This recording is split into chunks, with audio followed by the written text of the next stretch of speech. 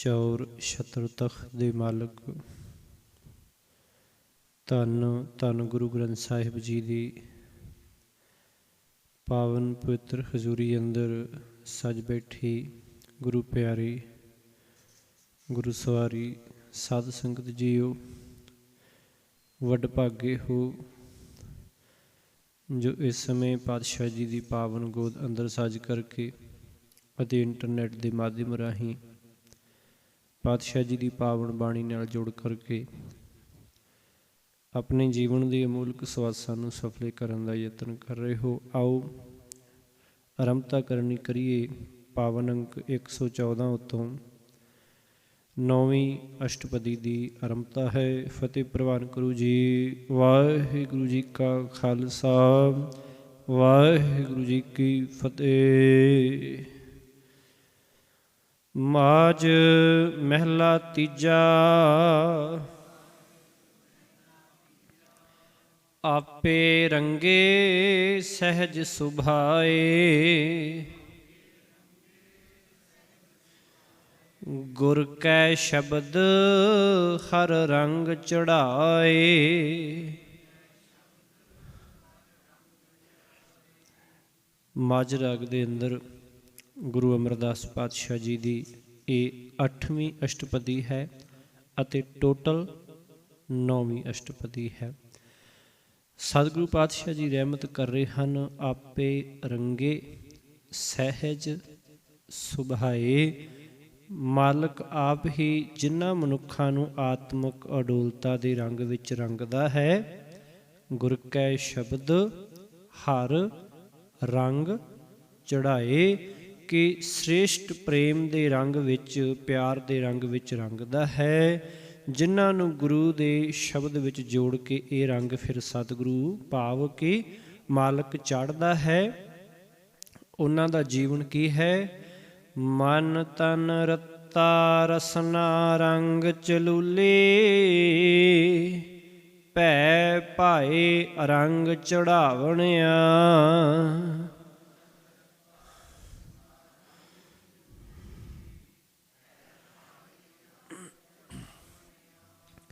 ਮਨ ਤਨ ਰੱਤਾ ਤੋਂ ਭਾਵ ਰੰਗਿਆ ਜਾਂਦਾ ਹੈ, ਕਿਉਂਕਿ ਪਿੱਛੇ ਵੀ ਸਤਿਗੁਰੂ ਜੀ ਰੰਗ ਚੜ੍ਹਾਏ ਦੀ ਗੱਲ ਕਰਦੇ ਹੈ ਅਤੇ ਇੱਥੇ ਰੱਤਾ ਭਾਵ ਰੰਗਿਆ ਜਾਂਦਾ ਹੈ ਕਿ ਜਿਨ੍ਹਾਂ ਨੂੰ ਮਾਲਕ ਆਤਮਿਕ ਅਡੋਲਤਾ ਦੇ ਰੰਗ ਵਿੱਚ ਰੰਗਦਾ ਹੈ ਅਤੇ ਸ੍ਰੇਸ਼ਟ ਪ੍ਰੇਮ ਪਿਆਰ ਦੇ ਰੰਗ ਵਿੱਚ ਰੰਗਦਾ ਹੈ। ਜਿਨ੍ਹਾਂ ਨੂੰ ਸ਼ਬਦ ਵਿੱਚ ਜੋੜ ਕੇ ਇਹ ਰੰਗ ਚੜ੍ਹਦਾ ਹੈ, ਫਿਰ ਕੀ ਹੋ ਜਾਂਦਾ ਹੈ? ਉਹਨਾਂ ਦਾ ਮਨ ਰੰਗਿਆ ਜਾਂਦਾ ਹੈ। ਮਨ ਤਨ ਰੱਤਾ, ਮਨ ਰੰਗਿਆ ਜਾਂਦਾ ਹੈ ਤੇ ਉਹਨਾਂ ਦਾ ਸਰੀਰ ਵੀ ਰੰਗਿਆ ਜਾਂਦਾ ਹੈ।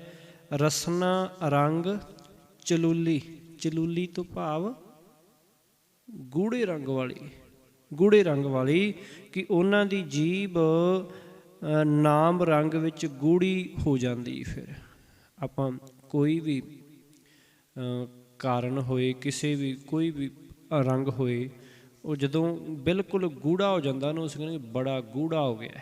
ਭਾਵ ਕਿ ਕਈ ਵਾਰੀ ਬਹੁਤਾ ਸ਼ਬਦ ਅਸੀਂ ਲਾਲ ਹੀ ਵਰਤਦੇ ਹਾਂ ਕਿ ਲਾਲ ਰੱਤਾ ਹੋ ਗਿਆ, ਗੂੜਾ ਹੋ ਗਿਆ, ਕਿ ਬਿਲਕੁਲ ਲਾਲ ਹੀ ਹੋ ਗਿਆ। ਕਹਿਣ ਤੋਂ ਭਾਵ ਬਹੁਤ ਜ਼ਿਆਦਾ ਗੂੜਾ ਹੋ ਗਿਆ ਜਿਹੜਾ ਵੀ ਰੰਗ ਸੀ। ਇਸੇ ਕਰਕੇ ਕਿ ਗੂੜੀ ਲਾਲ ਹੋ ਜਾਂਦੀ ਹੈ।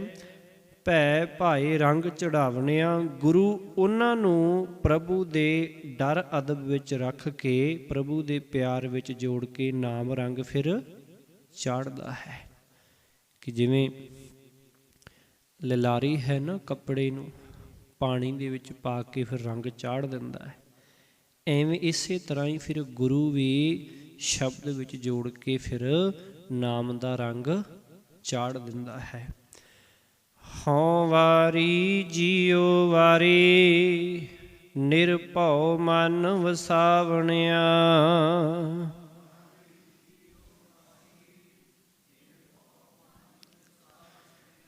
ਮੈਂ ਸਦਾ ਉਹਨਾਂ ਤੋਂ ਸਦਕੇ ਹਾਂ, ਕੁਰਬਾਨ ਹਾਂ, ਕੁਰਬਾਨ ਜਾਂਦਾ ਹਾਂ।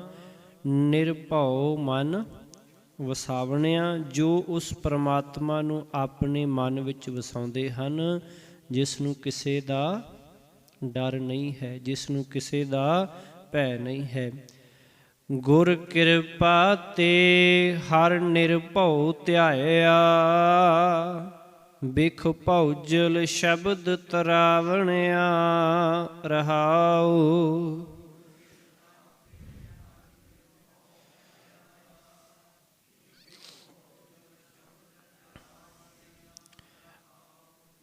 ਹਾਂਜੀ, ਸਰਦਾਰ ਜਸਪਾਲ ਸਿੰਘ ਹੋਣ ਵਾਲੀ ਲਾਈਨ ਦੇ ਵਿੱਚੋਂ ਇੱਥੇ ਤੇ ਦਾ ਕੀ ਅਰਥ ਹੈ?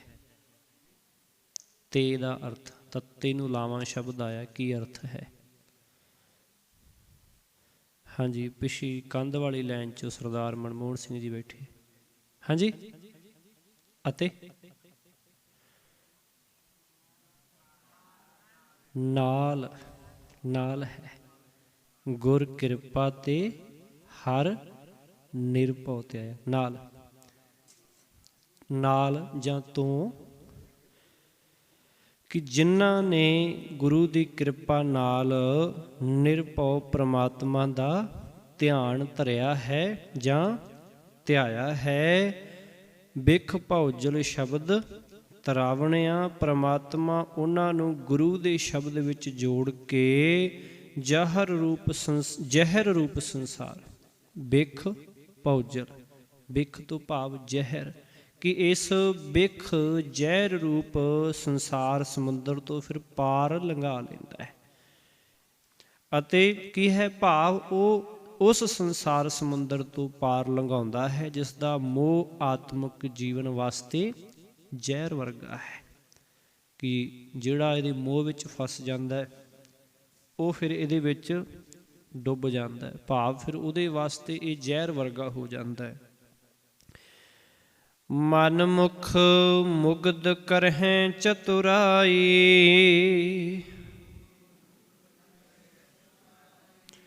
ਨਾਤਾ ਧੋਤਾ ਥਾਏ ਨ ਪਾਈ। ਹਾਂਜੀ, ਮੁਗਧ ਦਾ ਕੀ ਅਰਥ ਹੈ? ਕਮਲਜੀਤ ਸਿੰਘ ਜੀ ਬੈਠੇ ਸਾਹਮਣੇ। ਮੁਗਧ, ਹਾਂਜੀ, ਅੰਮ੍ਰਿਤਪਾਲ ਸਿੰਘ ਜੀ ਬੈਠੇ ਪਿੱਛੇ, ਅਮਰੀਕ ਸਿੰਘ ਜੀ ਬੈਠੇ ਹੈ। ਹਾਂਜੀ, ਨਹੀਂ, ਮੁਗਧ, ਮੁਗਧ ਪੁੱਛਿਆ ਜੀ। ਹਾਂ, ਹਾਂਜੀ, ਅਮਰੀਕ ਸਿੰਘ ਤੁਸੀਂ ਕੀ ਕਹਿ ਰਹੇ ਸੀਗੇ?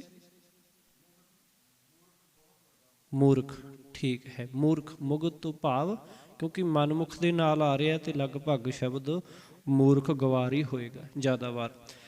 ਮਨਮੁਖ ਮੁਗਧ ਕਰਹਿ ਚਤੁਰਾਈ, ਕਿ ਆਪਣੇ ਮਨ ਦੇ ਪਿੱਛੇ ਤੁਰਨ ਵਾਲੇ ਮੂਰਖ ਮਨੁੱਖ ਕੀ ਹੈ? ਚਤੁਰਾਈਆਂ ਕਰਦੇ ਹੈ। ਬਹੁਵਚਨ ਸ਼ਬਦ ਹੈ ਮਨਮੁਖ ਮੁਗਧ, ਕਿ ਆਪਣੇ ਮਨ ਪਿੱਛੇ ਜਿਹੜੇ ਮਨੁੱਖ ਤੁਰਦੇ ਹੈ ਸਿਰਫ ਆਪਣੀ ਸਿਆਣਪ ਚਤੁਰਾਈ ਨੂੰ ਅੱਗੇ ਰੱਖਦੇ ਹੈ। ਉਹਨਾਂ ਵਾਸਤੇ ਰੱਬ ਦਾ ਹੁਕਮ, ਗੁਰੂ ਦਾ ਸ਼ਬਦ ਜਿਨ੍ਹਾਂ ਵਾਸਤੇ ਕੁਝ ਨਹੀਂ ਹੈ, ਕੀ ਹੈ? ਉਹ ਬੜੀਆਂ ਚਤੁਰਾਈਆਂ ਕਰਦੇ, ਬੜੀਆਂ ਸਿਆਣਪਾਂ ਕਰਦੇ ਤੇ ਆਖਦੇ ਨੇ ਕਿ ਅਸੀਂ ਕੀ ਹੈ? ਤੀਰਥ ਇਸ਼ਨਾਨ ਤੇ ਆਦਿਕ ਪੁੰਨ ਕਰਮ ਕਰਦੇ ਹਾਂ। ਬੜਾ ਲਾਹਾ ਦੱਸਦੇ ਆਪਣੇ ਆਪ ਨੂੰ ਕਿ ਅਸੀਂ ਆਹ ਕੀਤਾ, ਅਸੀਂ ਆਹ ਕੀਤਾ, ਭਾਵ ਗੁਰੂ ਤੋਂ ਬਾਹਰ ਹੋ ਕੇ ਵੀ ਚੱਲਦੇ, ਆਖਦੇ ਆ ਕਿ ਅਸੀਂ ਇੰਜ ਕਰਦੇ ਹਾਂ। ਸਤਿਗੁਰੂ ਜੀ ਅੱਗੇ ਰਹਿਮਤ ਕਰਦੇ ਹਨ। ਨਾਤਾ ਧੋਤਾ ਥਾਈ ਨਾ ਪਾਈ, ਇੱਥੇ ਲਿਖਿਆ ਸ਼ਬਦ ਕੀ ਹੈ? ਨਾਤਾ। ਕੀ ਅਰਥ ਹੁੰਦਾ ਹੈ ਨਾਤੇ ਦਾ? ਨਹੀਂ, ਨਾਤਾ ਭਾਵ ਰਿਸ਼ਤਾ ਹੋਣਾ, ਪਰ ਇਹਦਾ ਉਚਾਰਨ ਇੱਥੇ ਕੀ ਕਰਾਂਗੇ? ਨਾਤਾ, ਕਿਉਂਕਿ ਅਰਥ ਇਹਦਾ ਇੱਥੇ ਨਹਾਉਣ ਦੇ ਨਾਲ ਹੈ, ਇਸ ਕਰਕੇ ਨਾਤਾ ਭਾਰਾ ਕਰਕੇ ਉਚਾਰਨ ਕਰਨਾ। ਪਰ ਨਾਤਾ, ਧੋਤਾ, ਕਿਉਂਕਿ ਨਾਲ ਧੋਤਾ ਵੀ ਹੈ। ਆਪਣੇ ਮਨ ਦੇ ਪਿੱਛੇ ਤੁਰਨ ਵਾਲਾ ਮਨੁੱਖ ਬਾਹਰੋਂ ਕਿਤਨਾ ਵੀ ਪਵਿੱਤਰ ਕਰਮ ਕਰਨ ਵਾਲਾ ਹੋਵੇ, ਕਿ ਬਾਹਰੋਂ ਜਿੰਨਾ ਮਰਜ਼ੀ ਆਪਣੇ ਆਪ ਨੂੰ ਨਹਾਈ ਧੋਈ ਜਾਏ, ਬਾਹਰੋਂ ਜਿੰਨਾ ਮਰਜ਼ੀ ਜਿੰਨੇ ਮਰਜ਼ੀ ਤੀਰਥਾਂ ਦੇ ਇਸ਼ਨਾਨ ਕਰਾਈ ਜਾਵੇ, ਜਿੰਨਾ ਮਰਜ਼ੀ ਕਿ ਮਹਿੰਗੇ ਤੋਂ ਮਹਿੰਗਾ ਸਾਬਣ ਲਾਈ ਜਾਵੇ, ਹੋਰ ਪਰਫਿਊਮ ਲਾਈ ਜਾਏ ਸੋਹਣਾ ਲੱਗਣ ਵਾਸਤੇ, ਪਰ ਕੀ ਹੈ? ਥਾਂ ਨਾ ਪਾਈ, ਮਾਲਕ ਦੇ ਦਰ ਤੇ ਪ੍ਰਵਾਨ ਨਹੀਂ ਹੁੰਦਾ। ਕਹਿਣ ਤੋਂ ਭਾਵ ਹੈ ਕਿ ਗੁਰੂ ਨੂੰ ਛੱਡ ਕੇ ਜਦੋਂ ਬਾਹਰ ਹੋ ਕੇ ਕਰਮ ਕਰੇਗਾ ਮਨੁੱਖ, ਉਦੋਂ ਕੀ ਹੈ? ਉਹਦੀ ਪ੍ਰਵਾਨਗੀ ਨਹੀਂ ਹੈ। ਹੁਣ ਗੁਰੂ ਤਾਂ ਇਹ ਆਖਦਾ ਤੀਰਥ ਨਹਾਵਾਂ ਜੇ ਤਿਸ ਤੀਰਥ ਮੈਂ ਤਾਂ ਨਹਾਉਣ ਜਾਵਾਂ ਜੇ ਤੈਨੂੰ ਚੰਗਾ ਲੱਗ, ਜੇ ਤੈਨੂੰ ਚੰਗਾ ਹੀ ਨਹੀਂ ਲੱਗਦਾ ਤਾਂ ਮੈਂ ਕਿਉਂ ਨਹਾਉਣ ਜਾਵਾਂ। ਤੇ ਤੀਰਥ ਦੀ ਵੀ ਇੱਕ ਵਿਲੱਖਣ ਪਰਿਭਾਸ਼ਾ ਹੈ, ਤੀਰਥ ਨਹਾਵਨ ਜਾਓ ਤੀਰਥ ਨਾਮ ਹੈ। ਨਾਮ ਦੇ ਤੀਰਥ ਵਿੱਚ ਇਸ਼ਨਾਨ ਕਰ, ਤੈਨੂੰ ਆਪੇ ਸਾਰੀ ਸੋਝੀ ਆ ਜਾਣੀ, ਸਾਰਾ ਗਿਆਨ ਆ ਜਾਣਾ। ਅਸੀਂ ਹਰ ਰੋਜ਼ ਹੀ ਪੜ੍ਹਦੇ ਹਾਂ, ਭਰੀਐ ਮਤ ਪਾਪਾਂ ਕੈ ਸੰਗ, ਉਹ ਧੁੱਪੈ ਨਾਮ ਨਾਲ ਧੁੱਪਣੀ ਹੈ। ਫਿਰ ਬਾਹਰੋਂ ਸਰੀਰ ਕਿਉਂ ਧੋਂਦਾ ਫਿਰਦਾ, ਕਿਉਂ ਵਾਰੀ ਵਾਰੀ ਐਵੇਂ। ਇਤਿਹਾਸਕ ਸਥਾਨਾਂ 'ਤੇ ਜਾਣਾ ਬੁਰਾ ਨਹੀਂ ਹੈ, ਜਾਣਾ ਚਾਹੀਦਾ, ਸਾਨੂੰ ਜਾਣਾ ਚਾਹੀਦਾ, ਯਾਤਰਾ ਕਰਨੀ ਚਾਹੀਦੀ, ਇਤਿਹਾਸ ਤੋਂ ਜਾਣੂ ਹੋਣਾ ਚਾਹੀਦਾ ਸਾਨੂੰ। ਪਰ ਸਭ ਕੁਝ ਸਮਝੀ ਉਹਨੂੰ ਲੈਣਾ, ਉਹ ਇੱਕ ਦੋ ਵਾਰ ਜਾ ਕੇ ਹੰਕਾਰੀ ਇੰਨੇ ਹੋ ਜਾਣਾ, ਮੈਂ ਉੱਥੇ ਗਿਆ, ਮੈਂ ਆਹ ਕੀਤਾ, ਮੈਂ ਇੱਦਾਂ ਕੀਤਾ। ਉਹ ਤਾਂ ਹੋਰ ਮੈਲ ਚੰਬੇੜ ਕੇ ਲਿਆਇਆ ਭਾਈ, ਉਹ ਤਾਂ ਹੋਰ ਭਾਰੀ ਹੋ ਗਈ ਨਾ। ਕਹਿਣ ਤੋਂ ਭਾਵ ਹੈ ਕਿ ਜਾ, ਪਰ ਉੱਥੇ ਗੁਰੂ ਦਾ ਸ਼ਬਦ ਵੀ ਵੰਡਿਆ ਜਾ ਰਿਹਾ ਹੈ, ਉੱਥੇ ਗੁਰੂ ਦਾ ਸ਼ਬਦ ਉੱਥੇ ਵੀ ਹੈ, ਉਹ ਵੀ ਭਰੀ ਹੈ ਮੱਤ ਪਾਪਾਂ ਕੈ ਸੰਗ। ਜਿਹੜੀ ਵਿਕਾਰਾਂ ਨਾਲ ਭਰੀ ਹੋਈ ਮੱਤ ਹੈ ਨਾ, ਗੁਰੂ ਉੱਥੇ ਵੀ ਬੈਠਾ ਧੋਣ ਵਾਸਤੇ, ਉਹਦੇ ਨਾਲ ਮੱਤ ਨੂੰ ਵੀ ਧੋ। ਨਿਮਰਤਾ ਦੇ ਵਿੱਚ ਆ, ਨੀਵਾਂ ਹੋ ਕੇ ਆ, ਜੇ ਜਾ ਰਿਹਾ ਹੈ ਤੇ ਨੀਵਾਂ ਹੋਈ, ਇਹ ਨਾ ਹੋਈ ਕਿ ਅੱਗੇ ਨਾਲੋਂ ਵੀ ਹੋਰ ਆਕੜ ਜੇ ਤੂੰ। ਖੈਰ ਪਾਤਸ਼ਾਹ ਜੀ ਰਹਿਮਤ ਕਰਨ। ਨਹਾਤਾ ਧੋਤਾ ਥਾਏ ਨ ਪਾਈ, ਬਾਹਰੋਂ ਪਵਿੱਤਰਤਾ ਰੱਖਣ ਦੇ ਨਾਲ, ਜਿਵੇਂ ਸਤਿਗੁਰੂ ਗੁਰੂ ਨਾਨਕ ਸਾਹਿਬ ਜੀ ਸ਼ੁਰੂ ਹੀ ਇੱਥੋਂ ਕਰਦੇ ਆ ਜਪਜੀ ਸਾਹਿਬ, ਸੋਚੈ ਸੋਚ ਨਾ ਹੋਵਈ, ਜੇ ਸੋਚੀ ਲੱਖ ਵਾਰ। ਕਿ ਬਾਹਰੀ ਤੌਰ 'ਤੇ ਅਸੀਂ ਲੱਖਾਂ ਵਾਰ ਪਵਿੱਤਰਤਾ ਕਰ ਲਈਏ, ਉਹਦੇ ਨਾਲ ਮਨ ਦੀ ਪਵਿੱਤਰਤਾ ਕਦੇ ਨਹੀਂ ਹੁੰਦੀ, ਮਨ ਨਹੀਂ ਪਵਿੱਤਰ ਹੁੰਦਾ। ਪਾਤਸ਼ਾਹ ਜੀ ਰਹਿਮਤ ਕਰਨ। ਜਿਹਾ ਆਇਆ ਤੇਹਾ ਜਾਸੀ, ਕਰ ਅਵਗਣ ਪਛੋਤਾਵਣਿਆ।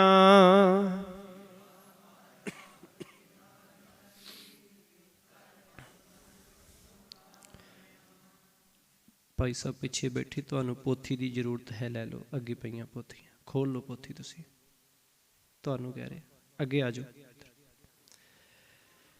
ਉਹ ਜਗਤ ਵਿੱਚ ਆਤਮਿਕ ਜੀਵਨ ਵੱਲੋਂ ਜਿਹੋ ਜਿਹਾ ਖਾਲੀ ਆਉਂਦਾ ਹੈ, ਜਿਹਾ ਆਇਆ ਤੇਹਾ ਜਾਸੀ, ਉਹੋ ਜਿਹਾ ਖਾਲੀ ਹੀ ਉਹ ਇੱਥੋਂ ਫਿਰ ਚਲਾ ਜਾਂਦਾ ਹੈ। ਅਤੇ ਕਰ ਅਵਗਣ ਪਛੋਤਾਵਨਿਆ, ਔਗਣ ਜਗਤ ਵਿੱਚ ਫਿਰ ਉਹ ਔਗਣ ਕਰ ਕਰਕੇ ਆਖਰ ਫਿਰ ਪਛਤਾਉਂਦਾ ਹੀ ਜਾਂਦਾ ਹੈ। ਮੇਰੇ ਵਰਗੇ ਜਿਹਨੇ ਕਹਿ ਲਈਏ ਕਿ ਮਾਲਕ ਦੇ ਸ਼ਬਦ ਨਾਲ ਨਹੀਂ ਜੁੜੇ, ਉਹ ਕਈ ਵਾਰੀ ਗੱਲਬਾਤ ਹੋ ਜਾਏ ਨਾ, ਆਖਦੀ ਕਿ ਬਾਣੀ ਪੜ੍ਹਿਆ ਕਰੋ ਭਾਈ, ਗੁਰੂ ਦੇ ਸ਼ਬਦ ਨਾਲ ਜੁੜੋ, ਇਤਿਹਾਸ ਤੋਂ ਸਿੱਖੋ ਕੁਝ, ਵੀ ਸਤਿਗੁਰੂ ਨੇ ਸਾਨੂੰ ਕੀ ਬਣਾਇਆ ਸੀ। ਕੀ ਉਹ ਕੋਈ ਨਹੀਂ ਬਾਬਾ ਜੀ, ਅਜੇ ਖਾਣ ਪੀਣ ਦਾ ਟਾਈਮ ਆ, ਕੋਈ ਨਹੀਂ ਥੋੜ੍ਹੀ ਐਸ਼ ਪ੍ਰਸਤੀ ਕਰ ਲਈਏ, ਕੋਈ ਗੱਲ ਨਹੀਂ, ਬਾਅਦ 'ਚ ਬੁਢੇਪੇ 'ਚ ਜਾ ਕੇ ਨਾਮ ਹੀ ਜਪਣਾ ਹੈ।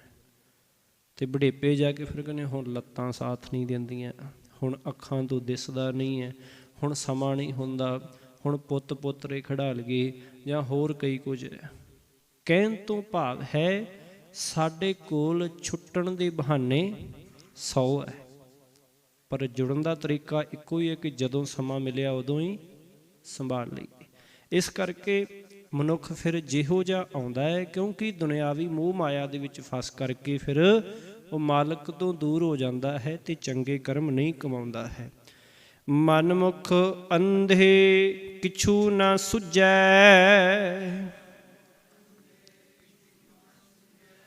ਕਿਛੂ ਨਾ ਸੂਝੈ, ਮਰਨ ਲਿਖਾਏ ਆਏ ਨਹੀਂ ਬੂਝੈ।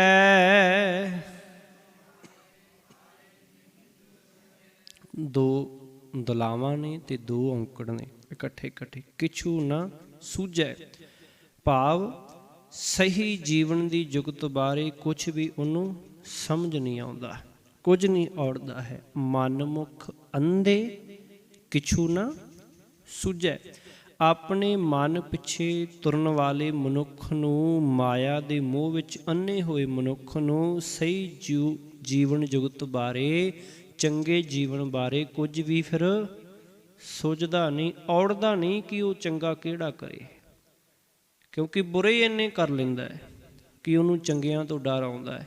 ਮਾੜੇ ਉਹਨੂੰ ਇੰਨਾ ਹੀ ਜ਼ਿਆਦਾ ਡਰਾਉਂਦੇ ਹੈ ਕਿ ਜੇ ਹੁਣ ਚੰਗੇ ਕੀਤੇ ਤੇ ਤੈਨੂੰ ਹੈ ਖਤਰਾ ਹੈ। 100 ਤਰੀਕਿਆਂ ਦੇ ਨਾਲ ਮਰਨ ਲਿਖਾਏ ਆਏ ਨਹੀਂ ਬੂਝੇ। ਪਿਛਲੇ ਕਰਮਾਂ ਵਿੱਚ ਮਨਮੁਖਤਾ ਦੇ ਅਧੀਨ ਕੀਤੇ ਕਰਮਾਂ ਅਨੁਸਾਰ ਆਤਮਿਕ ਮੌਤ ਦੇ ਸੰਸਕਾਰ ਆਪਣੇ ਮਨ ਦੀ ਪੱਟੀ ਉੱਤੇ ਜਿਹੜੇ ਫਿਰ ਲਿਖੇ ਹੁੰਦੇ ਨੇ, ਲਿਖਾ ਕੇ ਉਹ ਜਗਤ ਵਿੱਚ ਆਉਂਦਾ ਹੈ ਤੇ ਇੱਥੇ ਵੀ ਉਸ ਨੂੰ ਸਮਝ ਨਹੀਂ ਪੈਂਦੀ, ਕਿਉਂਕਿ ਮਰਨਾ ਤੇ ਸਭ ਦੇ ਹੈ। ਜਿਹੜਾ ਆਇਆ ਉਹਨੇ ਮਰਨਾ ਵੀ ਹੈ, ਜਿਹੜਾ ਉਤਪੰਨ ਹੋਇਆ ਉਹਨੇ ਇੱਕ ਨਾ ਇੱਕ ਦਿਨ ਵਿਨਸਣਾ ਹੀ ਹੈ, ਭਾਵੇਂ ਉਹ ਧਰਤੀ ਹੈ, ਭਾਵੇਂ ਉਹ ਸੂਰਜ ਹੈ, ਭਾਵੇਂ ਉਹ ਤਾਰੇ ਹੈ। ਅਸੀਂ ਤੇ ਬਹੁਤ ਦੂਰ ਦੀ ਗੱਲ ਹੈ ਕਿ ਉਹ ਵੀ ਇੱਕ ਦਿਨ, ਜੇ ਅੱਜ ਉਹ ਪੈਦਾ ਹੋਏ ਤੇ ਇੱਕ ਦਿਨ ਐਸਾ ਵੀ ਆਏਗਾ ਕਿ ਉਹਨਾਂ ਨੇ ਖਤਮ ਵੀ ਹੋਣਾ। ਇਹ ਸਾਨੂੰ ਸਾਰਿਆਂ ਨੂੰ ਪਤਾ, ਸਾਇੰਸ ਤੋਂ ਅਸੀਂ ਸਾਰੇ ਜਾਣੂ ਹਾਂ ਕਿ ਸਾਇੰਸ ਭਾਵੇਂ ਅੰਦਾਜ਼ੇ ਲਗਾ ਰਹੀ ਹੈ ਕਿ ਇੰਨੇ ਕੁ ਕਰੋੜ ਅਰਬ ਖਰਬ ਸਾਲ ਪਹਿਲਾਂ ਆਹ ਚੀਜ਼ ਬਣੀ ਸੀ, ਇਦੋਂ ਇੰਨੇ ਕੁ ਇਹਦੀ ਅੱਗੇ ਉਮਰ ਇੰਨੀ ਕੁ ਹੈ। ਇਸੇ ਤਰ੍ਹਾਂ ਹੀ ਕਿ ਮਨੁੱਖ ਫਿਰ ਜਦੋਂ ਆਪਣੇ ਮਨ ਦੇ ਪਿੱਛੇ ਲੱਗ ਕੇ ਜਿਹੜੇ ਕਰਮ ਕਰਦਾ ਹੈ ਨਾ, ਉਸੇ ਤਰੀਕੇ ਦੇ ਨਾਲ ਫਿਰ ਉਹਦੇ ਅਗਲੇ ਕਰਮ ਬਣ ਜਾਂਦੇ ਹੈ। ਜੈਸਾ ਬੀਜੈ ਸੋ ਲੁਣੇ, ਆਪਾਂ ਹਰ ਰੋਜ਼ ਹੀ ਸਾਰੇ ਜਾਣਦੇ ਹਾਂ ਕਿ ਜਿਹੋ ਜਿਹਾ ਮੁੱਖ ਕਰਦਾ ਇਹੋ ਜਿਹਾ ਉਹਨੂੰ ਉਹ ਫਿਰ ਭਰਦਾ ਹੈ। ਅਤੇ ਉਹਨੂੰ ਫਿਰ ਇਹ ਸਮਝ ਨਹੀਂ ਪੈਂਦੀ ਕਿ ਉਹ ਸਿੱਧੇ ਰਸਤੇ 'ਤੇ ਕਿਵੇਂ ਆਵੇ, ਸਿੱਧੇ ਰਸਤੇ 'ਤੇ ਕਿਵੇਂ ਪਾਵੇ, ਕਿਉਂਕਿ ਉਹ ਪਹਿਲਾਂ ਹੀ ਬਹੁਤ ਜ਼ਿਆਦਾ ਮੰਦੇ ਕਰਮ ਜਿਹੜੇ ਉਹ ਕਰਦਾ ਹੈ। ਮਨਮੁਖ ਕਰਮ ਕਰੇ ਨਹੀਂ ਪਾਏ, ਬਿਨ ਨਾਵੇਂ ਜਨਮ ਗਵਾਵਣਿਆ।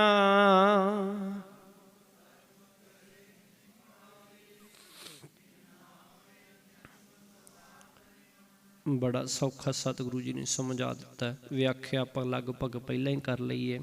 ਮਨਮੁਖ ਕਰਮ ਕਰੇ ਨਹੀਂ ਪਾਏ, ਕਿ ਕਰਮ ਤਾਂ ਮਨਮੁਖ ਮਨੁੱਖ ਹੈ, ਆਪਣੇ ਮਨ ਦੇ ਪਿੱਛੇ ਲੱਗ ਕੇ ਆਪਣੀ ਬੁੱਧੀ ਨਾਲ, ਆਪਣੀ ਚਤੁਰਾਈ ਨਾਲ ਬਹੁਤ ਕਰਦਾ ਹੈ। ਉਹ ਬੜਾ ਜ਼ਿਆਦਾ ਦੌੜ ਭੱਜ ਕਰਦਾ ਹੈ, ਬੜੇ ਕਰਮ ਕਰਦਾ ਹੈ, ਨਹੀਂ ਪਾਏ। ਪਰ ਉਹ ਸਹੀ ਜੀਵਨ ਜੁਗਤ ਤੇ ਜੋ ਆਤਮਿਕ ਆਨੰਦ ਹੈ ਉਹ ਪ੍ਰਾਪਤ ਨਹੀਂ ਕਰ ਸਕਦਾ, ਉਹਨੂੰ ਪ੍ਰਾਪਤ ਹੁੰਦਾ ਹੀ ਨਹੀਂ ਹੈ। ਅਤੇ ਕੀ ਹੈ, ਬਿਨ ਨਾਵੇਂ ਜਨਮ ਗਵਾਵਣਿਆ, ਪ੍ਰਮਾਤਮਾ ਦੇ ਨਾਮ ਤੋਂ ਵਾਂਝਿਆਂ ਰਹਿ ਕੇ ਫਿਰ ਉਹ ਆਪਣਾ ਜਨਮ ਹੈ ਜਿਹੜਾ ਉਹ ਅੰਜਾਈ ਵਿਅਰਥ ਹੀ ਗਵਾ ਲੈਂਦਾ ਹੈ। ਦੌੜ ਭੱਜ ਬੜੀ ਕਰਦਾ ਮਨਮੁਖ ਮਨੁੱਖ, ਗੁਰਮੁਖ ਨਾਲੋਂ ਬਹੁਤ ਜ਼ਿਆਦਾ ਦੌੜ ਭੱਜ ਕਰਦਾ। ਗੁਰਮੁਖ ਕਰਦਾ ਗੁਰੂ ਦੇ ਸ਼ਬਦ ਵਿੱਚ ਰਹਿਣ ਦੇ ਲਈ, ਕਿ ਗੁਰੂ ਦੇ ਸ਼ਬਦ ਵਿੱਚ ਰਵਾਂ, ਮਾਲਕ ਦੇ ਹੁਕਮ ਵਿੱਚ ਰਵਾਂ। ਮਨਮੁਖ ਕਰਦਾ ਹੈ ਕਿ ਮੈਂ ਸਾਰਾ ਕੁਝ ਸਾਂਭ ਲਵਾਂ, ਸਾਰਾ ਕੁਝ ਮੈਂ ਹੀ ਕਰ ਲਵਾਂ, ਮੈਂ ਹੀ ਸਾਜ਼ਿਸ਼ ਕਰ ਲਵਾਂ, ਮੈਂ ਹੀ ਮਾਇਆ ਵੀ ਕਮਾ ਲਾਂ, ਸਭ ਕੁਝ ਕਰ ਲਵਾਂ। ਹਰ ਪਾਸੇ ਕੀ ਹੈ, ਉਹ ਆਪਣਾ ਕੀ ਹੈ, ਪ੍ਰਭਾਵ ਪਾਈ ਰੱਖਦਾ ਆਪਣੇ ਤਰੀਕੇ ਦੇ ਨਾਲ, ਆਪਣੇ ਮਨ ਦੇ ਪਿੱਛੇ ਲੱਗ ਕੇ। ਫਿਰ ਉਹਨੂੰ ਪ੍ਰਾਪਤੀ ਕੋਈ ਨਹੀਂ ਹੁੰਦੀ। ਮਾਇਆ ਧਨ ਤੇ ਸਾਨੂੰ ਸਭ ਨੂੰ ਪਤਾ ਕਿ ਨਾਲ ਨਹੀਂ ਜਾਣਾ, ਇੱਥੋਂ ਤੱਕ ਕਿ ਸਾਡਾ ਸਰੀਰ ਵੀ ਨਾਲ ਨਹੀਂ ਜਾਣਾ, ਹੋਰ ਕਮਾਇਆ ਧਨ ਪਦਾਰਥ ਤੇ ਕਿੱਥੇ ਜਾਣਾ। ਪਰ ਜੋ ਪ੍ਰਾਪਤ ਕਰਨਾ ਉਹ ਹੈ ਆਤਮਿਕ ਆਨੰਦ, ਜੀਵਨ ਦਾ ਸਹਿਜ ਟਿਕਾ ਅਤੇ ਮਾਲਕ ਦੀ ਰਜ਼ਾ। ਸੱਚ ਕਰਨੀ ਸ਼ਬਦ ਹੈ ਸਾਰ,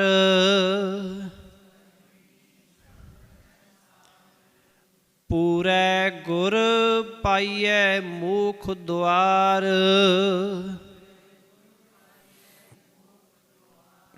ਸ਼ਬਦ ਹੈ ਸਾਰ, ਭਾਵ ਸ੍ਰੇਸ਼ਟ, ਸ੍ਰੇਸ਼ਟ ਕੰਮ ਹੈ ਕਿ ਸਦਾ ਥਿਰ ਪ੍ਰਭੂ ਦਾ ਨਾਮ ਸਿਮਰਨ ਹੀ ਕਰਨ ਯੋਗ ਕੰਮ ਹੈ। ਸੱਚ ਕਰਨੀ ਸ਼ਬਦ ਹੈ ਸਾਰ, ਕਰਨ ਯੋਗ ਗੁਰੂ ਦਾ ਸ਼ਬਦ ਹਿਰਦੇ ਵਿੱਚ ਵਸਾਉਣਾ ਹੀ ਸ੍ਰੇਸ਼ਟ ਉਦਮ ਹੈ। ਸਾਰ ਤੋਂ ਭਾਵ ਸ੍ਰੇਸ਼ਟ ਚੰਗਾ ਜਿਹੜਾ ਉਦਮ ਹੈ। ਪੂਰੇ ਗੁਰ ਪਾਈਐ ਮੋਖ ਦੁਆਰ, ਪੂਰੇ ਗੁਰੂ ਦੀ ਰਾਹੀਂ ਹੀ ਵਿਕਾਰਾਂ ਤੋਂ ਖਲਾਸੀ ਪਾਉਣ ਦਾ ਦਰਵਾਜ਼ਾ ਲੱਭਦਾ ਹੈ। ਹਾਂਜੀ ਸਾਹਮਣੇ ਕਮਲਜੀਤ ਸਿੰਘ ਜੀ ਬੈਠੇ ਹੈ। ਮੋਖ ਦਾ ਦਰਵਾਜ਼ਾ ਜਾਂ ਮੁਕਤੀ ਦਾ ਦਰਵਾਜ਼ਾ ਜਾਂ ਮੋਖ ਦੁਆਰ ਕੀ ਹੈ? ਕੀ ਮਰਨ ਤੋਂ ਬਾਅਦ ਮੁਕਤੀ ਮਿਲਦੀ ਹੈ?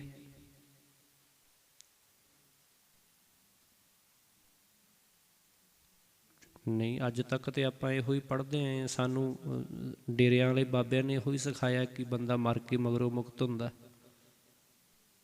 ਪੁਰਾਤਨ ਟਾਈਮ ਤੋਂ ਹੀ ਇਹੋ ਹੀ ਸਿੱਖਦੇ ਆਏ ਨਾ ਕਿ ਬੰਦਾ ਮਰ ਜਾਂਦਾ ਤੇ ਬਾਅਦ 'ਚ ਮੁਕਤ ਹੋ ਜਾਂਦਾ। ਹਾਂਜੀ ਇੱਧਰੋਂ ਸਾਹਮਣੇ ਤੋਂ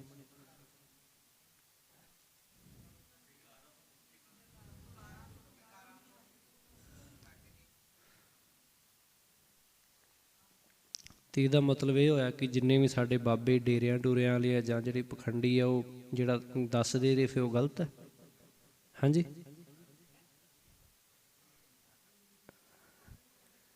ਹਾਂਜੀ ਮਨਮੋਹਨ ਸਿੰਘ ਜੀ ਬੈਠੇ ਪਿੱਛੇ।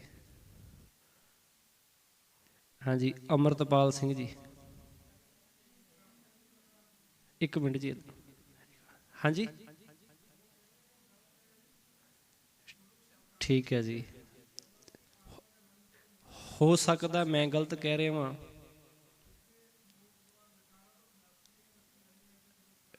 ਤੁਹਾਡੀ ਗੱਲ ਮੰਨ ਲਈ ਤੁਹਾਡੀ ਗੱਲ ਕਿ ਬਾਬੇ ਗਲਤ ਕਹਿ ਰਹੇ ਆ। ਜੇ ਮੈਂ ਗਲਤ ਕਹਿ ਰਿਹਾ ਵਾਂ ਫਿਰ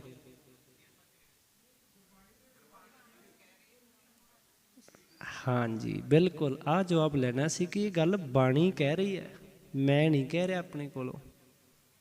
ਮਰਨ ਮੁਕਤ ਕਿਨ ਪਾਈ, ਮਰਨ ਤੋਂ ਬਾਅਦ ਕਿੰਨੀ ਮੁਕਤੀ ਵੇਖੀ ਹੈ? ਇਹ ਤਾਂ ਜਿਉਂਦੇ ਜੀ ਮੁਕਤ ਹੋਣਾ ਹੈ, ਗ੍ਰਸਤ ਵਿੱਚ ਰਹਿੰਦੇ ਆ। ਹਾਂਜੀ ਇੱਧਰ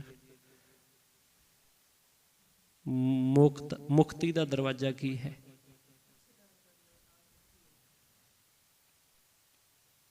ਠੀਕ ਹੈ ਜੀ। ਹਾਂਜੀ ਇੱਧਰੋਂ ਦੂਜੇ ਨੰਬਰ ਵਾਲੇ ਤੁਸੀਂ, ਕਿਵੇਂ ਹੋਇਆ ਜਾਂਦਾ ਹੈ? ਮੁੱਖ ਦਾ ਦਰਵਾਜ਼ਾ ਲੱਭਦਾ ਕਿਵੇਂ ਹੈ?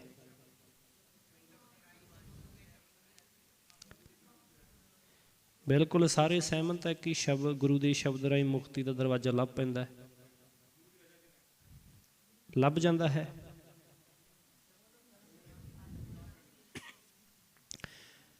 ਬਿਲਕੁਲ ਗੁਰੂ ਦੇ ਸ਼ਬਦ ਨੂੰ ਜਦੋਂ ਅਸੀਂ ਜੀਵਨ ਵਿੱਚ ਵਸਾਵਾਂਗੇ ਤੇ ਮੁਕਤੀ ਦਾ ਦਰਵਾਜ਼ਾ ਭਾਵ ਵਿਕਾਰਾਂ ਤੋਂ ਮੁਕਤੀ ਦਾ ਰਸਤਾ ਸਾਨੂੰ ਲੱਭ ਪੈਂਦਾ ਹੈ। ਕਿ ਜਿਹੜਾ ਰਸਤਾ ਹੈ ਨਾ ਸੌਖਾ, ਉਹ ਸਾਨੂੰ ਲੱਭ ਜਾਂਦਾ ਹੈ। ਇਹ ਹੁਣ ਅਸੀਂ ਸਾਰਿਆਂ ਨੇ ਲੱਭਣਾ। ਹੋ ਸਕਦਾ ਤੁਹਾਡੇ ਸਾਰਿਆਂ 'ਚੋਂ ਬਹੁਤ ਜਣਿਆਂ ਨੇ ਲੱਭਿਆ ਹੋਵੇ, ਪ੍ਰਾਪਤ ਹੋ ਗਿਆ ਹੋਵੇ, ਔਰ ਅਸੀਂ ਇਹੋ ਹੀ ਪ੍ਰਾਪਤ ਕਰਨਾ, ਜਿਉਂਦੇ ਜੀ ਕਰਨਾ। ਮਰਨ ਤੋਂ ਬਾਅਦ ਨਹੀਂ ਕਿਸੇ ਨੇ ਆਸ ਰੱਖਣੀ। ਆਪਾਂ ਪਿਛਲੇ ਦਿਨੀ ਸਾਂਝ ਪਾਈ ਸੀ ਨਾ ਗਾਂ ਵਾਲੀ, ਉਹ ਪਿਛਲਾ ਜਾਂ ਆਪਾਂ ਪਿਛਲੇ ਸਮੇਂ ਦੇ ਵਿੱਚ ਸਰਾਧ ਲੰਘੇ ਹੈ। ਜਿਨ੍ਹਾਂ ਦਾ ਧਰਮ ਹੈ ਉਹਨਾਂ ਨੂੰ ਮੁਬਾਰਕ, ਉਹ ਕਰਨ। ਪਰ ਬਹੁਤੇ ਸਿੱਖ ਵੀ ਇਸੇ ਕੰਮ ਦੇ ਵਿੱਚ ਜੁੜੇ ਹੋਏ ਸੀ। ਜਿਹੜੇ ਗੁਰੂ ਨਾਨਕ ਸਾਹਿਬ ਨੂੰ ਮੰਨਦੇ ਆ, ਉਹ ਵੀ ਭਰ ਭਰ ਕੇ ਪਲੇਟਾਂ, ਥਾਲੀਆਂ ਅਤੇ ਬਾਲਟੀਆਂ ਲਿਆ ਰਹੇ ਸਨ ਗੁਰਦੁਆਰੇ ਸਾਹਿਬ ਕਿ ਲਿਆਓ ਜੀ ਛਕ ਲਓ। ਕਾਹਦਾ ਜੀ? ਇਹ ਸ਼ਰਾਧ ਆ ਸਾਡੇ ਬਜ਼ੁਰਗਾਂ ਦਾ। ਸਭ ਕੁਝ ਜਾਣਦੇ ਹੋਏ। ਗਲਤੀ ਮਨੁੱਖ ਉਹ ਕਰਦਾ ਹੈ ਜਿਹਨੂੰ ਪਤਾ ਨਾ ਹੋਵੇ, ਉਹਨੂੰ ਗਲਤੀ ਆਖੀ ਜਾਂਦੀ ਹੈ। ਆਹ ਥੋੜ੍ਹਾ ਗਲਤੀ ਹੁੰਦੀ ਹੈ ਕਿ ਪਤਾ ਵੀ ਹੈ ਫਿਰ ਵੀ ਉਹੀ ਕੰਮ ਕਰੀ ਜਾਣਾ, ਇਹ ਤਾਂ ਗੁਨਾਹ ਹੋ ਗਿਆ। ਫਿਰ ਪੜ੍ਹਦੇ ਵੀ ਅਸੀਂ ਲਗਭਗ ਸਾਰੇ ਜਾਣਦੇ ਹਾਂ, ਜੀਵਤ ਪਿੱਤਰ ਨਾ ਮਾਨੈ ਕੋ ਮੂਏ ਸਰਾਧ ਕੋਈ। ਜਿਉਂਦਿਆਂ ਨੂੰ ਤੁਸੀਂ ਕੋਈ ਸੇਵਾ ਨਹੀਂ ਕਰਦੇ, ਮੰਨਦੇ ਨਹੀਂ, ਪਾਣੀ ਨਹੀਂ ਪੁੱਛਦਾ ਕੋਈ ਕੁਝ ਕਹਿੰਦਾ, ਮਰਨ ਤੋਂ ਬਾਅਦ ਸ਼ਰਾਧ ਕਰਦੇ ਹੈ। ਕਹਿਣ ਤੋਂ ਭਾਵ ਹੈ ਕਿ ਇਹ ਦਰਵਾਜ਼ਾ ਅਸੀਂ ਲੱਭਣਾ ਹੈ, ਇਹ ਦਰਵਾਜ਼ਾ ਸਾਨੂੰ ਗੁਰੂ ਦੇ ਸ਼ਬਦ ਵਿੱਚੋਂ ਪ੍ਰਾਪਤ ਹੋਣਾ ਹੈ, ਇਹੋ ਹੀ ਤੇ ਪ੍ਰਾਪਤ ਕਰਨਾ ਹੈ। ਜਿਤਨੇ ਨਹੀਂ ਜੁੜੇ ਗੁਰੂ ਦੇ ਸ਼ਬਦ ਵਿੱਚ, ਜਿਨ੍ਹਾਂ ਨੂੰ ਨਹੀਂ ਪਤਾ, ਪਰ ਜਿਹੜੇ ਸਾਨੂੰ ਪਤਾ, ਅਸੀਂ ਤੇ ਕਮ ਸੇ ਕਮ ਐਸਾ ਨਾ ਕਰੀਏ, ਅਸੀਂ ਤੇ ਐਸਾ ਕਾਰਜ ਨਾ ਕਰੀਏ। ਜਿਉਂਦਿਆਂ ਜੀ ਜਿਹੜੀਆਂ ਅਸੀਸਾਂ ਦੇ ਦੇਣੀਆਂ ਨੇ, ਕੀ ਸਾਨੂੰ ਮਰਨ ਤੋਂ ਬਾਅਦ ਮਿਲ ਜਾਣੀਆਂ? ਉਹ ਜਿਉਂਦਿਆਂ ਜੀ ਜਿਹੜਾ ਕੁਝ ਉਹਨਾਂ ਨੇ ਕਰ ਜਾਣਾ ਹੈ ਉਹਨਾਂ ਦੇ ਜਾਣ ਤੋਂ ਬਾਅਦ ਮਿਲ ਜਾਏਗਾ। ਉਹ ਕਈ ਵਿਅੰਗਮਈ ਕਥਾਵਾਂ ਵੀ ਦਿਮਾਗ ਦੇ ਵਿੱਚ ਆ ਰਹੀਆਂ, ਪਰ ਆਪਣੇ ਕੋਲ ਸਮਾਂ ਘੱਟ ਹੈ ਕਿ ਹੁਣ ਆਪਾਂ ਕੀ ਸੁਣਾਉਣੀ ਹੈ। ਕਦੀ ਆਪਾਂ ਸਾਂਝੀ ਕਰ ਹੀ ਲਈਏ ਕਿ ਕਿਸੇ ਦਾ ਬਾਪੂ ਚੜ੍ਹਾਈ ਕਰ ਗਿਆ, ਮੇਰੇ ਵਰਗਾ ਕੋਈ ਪੰਡਿਤ ਗਿਆਨੀ ਚਲਾ ਗਿਆ ਪ੍ਰਸ਼ਾਦਾ ਛਕਣ, ਲਿਆ ਵੀ ਨਾਲੇ ਦੰਦ ਘਸਾਈ ਵੀ ਲੈ ਕੇ ਆਵਾਂਗੇ। ਦੰਦ ਘਸਾਈ ਸਮਝਦੇ ਹੋ ਨਾ, ਕਿ ਕੋਈ ਨਾਲ ਪ੍ਰਸ਼ਾਦਾ ਛਕਾਂਗੇ ਨਾਲ ਭੇਟਾ ਵੀ ਮਿਲ ਜਾਣੀ ਹੈ ਉਹ ਦੰਦ ਘਸਾਈ ਕਹਿੰਦੇ ਉਹਨੂੰ। ਕਹਿਣ ਤੋਂ ਭਾਵ ਹੈ ਕਿ ਚਲਾ ਗਿਆ। ਹੁਣ ਉਹ ਪਰਿਵਾਰ ਦੇ ਵਿੱਚ ਬਹੁਤੇ ਜਣੇ ਤਾਂ ਉਸ ਸ਼ਰਾਧ ਨੂੰ ਮੰਨਣ ਵਾਲੇ ਸਨ, ਵਿੱਚੋਂ ਇੱਕ ਅੱਧਾ ਚਲਾਕ ਬੰਦਾ ਵੀ ਹੈ ਸੀ। ਉਹ ਆਖਦਾ ਕਿ ਆ ਗਏ ਬਾਬਾ ਜੀ ਛਕਣ ਪ੍ਰਸ਼ਾਦਾ, ਆ ਗਏ ਜੀ। ਕਹਿੰਦੇ ਠੀਕ ਹੈ ਜੀ, ਕਹਿੰਦੇ ਬੈਠੋ ਜੀ, ਕਹਿੰਦੇ ਲਿਆਓ ਜੀ ਛਕੀਏ, ਛੇਤੀ ਛੇਤੀ ਜਾਣਾ, ਹੋਰ ਵੀ ਬੜੇ ਉਡੀਕਦੇ ਪਏ ਆ। ਆਖਣ ਲੱਗੇ ਠੀਕ ਹੈ ਛਕਾ ਦਿੰਦੇ ਹਾਂ ਜੀ, ਪਰ ਸਾਡਾ ਬਾਪੂ ਪ੍ਰਸ਼ਾਦਾ ਛਕਣ ਤੋਂ ਪਹਿਲਾਂ ਨਾ ਇੱਕ ਪੈਗ ਲਾਉਂਦਾ ਸੀ, ਅਤੇ ਹੁਣ ਜਿਵੇਂ ਉਹ ਛਕਦੇ ਸੀ ਅਸੀਂ ਤਾਂ ਉਵੇਂ ਛਕਾਉਣਾ ਕਿ ਪਹਿਲਾਂ ਇੱਕ ਪੈਗ ਲਾ ਲਓ ਅਤੇ ਬਾਅਦ ਦੇ ਵਿੱਚ ਤੁਹਾਨੂੰ ਆਪਾਂ ਪ੍ਰਸ਼ਾਦਾ ਛਕਾ ਦਿਆਂਗੇ। ਹੁਣ ਬਾਬੇ ਨੂੰ ਤਾਂ ਹੱਥਾਂ ਪੈਰਾਂ ਦੀ ਆਪੇ ਪੈ ਜਾਣੀ ਸੀ। ਕਹਿਣ ਦਾ ਭਾਵ ਹੈ ਕਿ ਪਖੰਡ ਕੀ ਹੈ ਉੱਥੇ ਹੀ ਖਤਮ ਹੋ ਗਿਆ। ਕਹਿਣ ਤੋਂ ਭਾਵ ਪਹੁੰਚਾਉਣਾ, ਸਾਰਾ ਕੁਛ ਪਹੁੰਚਾਓ, ਫਿਰ ਪੈਗ ਹੀ ਛੱਡਤਾ ਅਤੇ ਬਾਪੂ ਨੂੰ ਤਾਂ ਫਿਰ ਰੋਟੀ ਪਹੁੰਚਣੀ ਨਹੀਂ, ਪਚਣੀ ਨਹੀਂ, ਖਾਧੀ ਨਹੀਂ ਜਾਣੀ, ਬਾਪੂ ਨੂੰ ਤਾਂ ਪਚਣੀ ਨਹੀਂ ਨਾ। ਕਹਿਣ ਤੋਂ ਭਾਵ ਹੈ ਕਿ ਇਹ ਇੱਕ ਬਣੀ ਹੋਈ ਪ੍ਰਕਿਰਿਆ ਹੈ ਫਰੀ ਖਾਣ ਵਾਸਤੇ। ਇਸੇ ਕਰਕੇ ਪਹਿਲਾਂ ਬੇਨਤੀ ਕੀਤੀ ਕਿ ਜਿਨ੍ਹਾਂ ਦਾ ਧਰਮ ਹੈ ਉਹਨਾਂ ਨੂੰ ਮੁਬਾਰਕ, ਪਰ ਜਿਹੜੇ ਗੁਰੂ ਗ੍ਰੰਥ ਸਾਹਿਬ ਨੂੰ ਆਪਣਾ ਗੁਰੂ ਮੰਨਦੇ ਆ ਉਹਨਾਂ ਨੂੰ ਤਾਂ ਸਮਝਣਾ ਚਾਹੀਦਾ ਨਾ ਕਿ ਝੂਠ ਆ ਸਾਰਾ ਕੁਝ, ਕਿਤੇ ਨਹੀਂ ਜਾਂਦਾ। ਫਿਰ ਤੇ ਗ੍ਰੰਥੀ ਜਾਂ ਬਾਬੇ ਮਸ਼ੀਨ ਹੋ ਗਏ ਕਿ ਪਾਓ ਤੇ ਸਿੱਧਾ ਉੱਤੇ ਅੱਪੜ ਜਾਂਦਾ। ਜਦੋਂ ਅਸੀਂ ਪੁਰਾਤਨ ਧਰਮ ਗ੍ਰੰਥਾਂ ਦਾ ਅਧਿਐਨ ਕਰਦੇ ਹਾਂ ਉਹਦੇ ਵਿੱਚ ਲਿਖਿਆ ਹੋਇਆ, ਵੱਖ ਵੱਖ ਭੋਜਨ ਲਿਖੇ ਹੋਏ ਹੈ ਕਿ ਜੇ ਫਲਾਣਾ ਭੋਜਨ ਛਕਾਓਗੇ ਤਾਂ ਤੁਹਾਡੇ ਪਿੱਤਰ ਇੰਨੇ ਦਿਨਾਂ ਤੱਕ ਰੱਜੇ ਰਹਿਣਗੇ, ਜੇ ਇਸ ਤੋਂ ਹੋਰ ਵਧੀਆ ਭੋਜਨ ਛਕਾਓਗੇ ਤਾਂ ਉਹਦੇ ਵਿੱਚ ਤੁਹਾਡੇ ਪਿੱਤਰ ਇੰਨੇ ਦਿਨ ਰੱਜੇ ਰਹਿਣਗੇ। ਉਸ ਤੋਂ ਵੀ ਵਧੀਆ ਸਭ ਤੋਂ ਟੌਪ 'ਤੇ ਮੈਨੂੰ ਲੱਗਦਾ ਹੈ ਕਿ ਮੱਛੀ ਦਾ ਮਾਸ ਹੈ ਸ਼ਾਇਦ, ਕਿ ਉਹਦਾ ਖਵਾਓਗੇ ਨਾਲ ਦਾਨ ਪੁੰਨ ਕਰੋਗੇ ਅਤੇ ਤੁਹਾਡੇ ਪਿੱਤਰ 365 ਦਿਨ ਲਗਾਤਾਰ ਹੀ ਰੱਜੇ ਰਹਿਣਗੇ। ਦੇਖ ਲਓ ਕਿ ਭੋਜਨ ਦੇ ਵਿੱਚ ਫਰਕ ਹੈ। ਫਿਰ ਤੋਂ ਬੇਨਤੀ ਕਿ ਜਿਨ੍ਹਾਂ ਦਾ ਧਰਮ ਹੈ ਉਹਨਾਂ ਨੂੰ ਮੁਬਾਰਕ, ਉਹ ਕਰਨ, ਪਰ ਜਿਹੜੇ ਇੱਥੇ ਮੱਥਾ ਟੇਕਦੇ ਨੇ ਗੁਰੂ ਨਾਨਕ ਸਾਹਿਬ ਜੀ ਨੂੰ, ਗੁਰੂ ਗ੍ਰੰਥ ਸਾਹਿਬ ਜੀ ਨੂੰ, ਉਹਨਾਂ ਵਾਸਤੇ ਨਹੀਂ। ਇਸੇ ਤਰ੍ਹਾਂ ਹੀ ਸਤਿਗੁਰੂ ਪਾਤਸ਼ਾਹ ਜੀ ਇੱਥੇ ਆਖ ਰਹੇ ਹੈ ਇਹਨਾਂ ਤੋਂ ਮੁਕਤੀ ਕਿਵੇਂ ਹੋਣੀ ਹੈ, ਇਹਨਾਂ ਵਹਿਮਾਂ ਭਰਮਾਂ ਤੋਂ, ਇਹਨਾਂ ਚੀਜ਼ਾਂ ਤੋਂ। ਗੁਰ ਪੂਰੇ ਗੁਰ ਪਾਈਐ ਮੋਖ ਦੁਆਰ, ਪੂਰੇ ਗੁਰੂ ਦੀ ਰਾਹੀਂ ਹੀ ਇਹਨਾਂ ਵਿਕਾਰਾਂ ਤੋਂ, ਭਟਕਣਾਵਾਂ ਤੋਂ ਖਲਾਸੀ ਪਾਉਣ ਦਾ ਦਰਵਾਜ਼ਾ ਲੱਭਦਾ ਹੈ। ਅਨ ਦਿਨ ਬਾਣੀ ਸ਼ਬਦ ਸੁਣਾਏ, ਸੱਚ ਰਾਤੇ ਰੰਗ ਰੰਗਾਵਣਿਆ।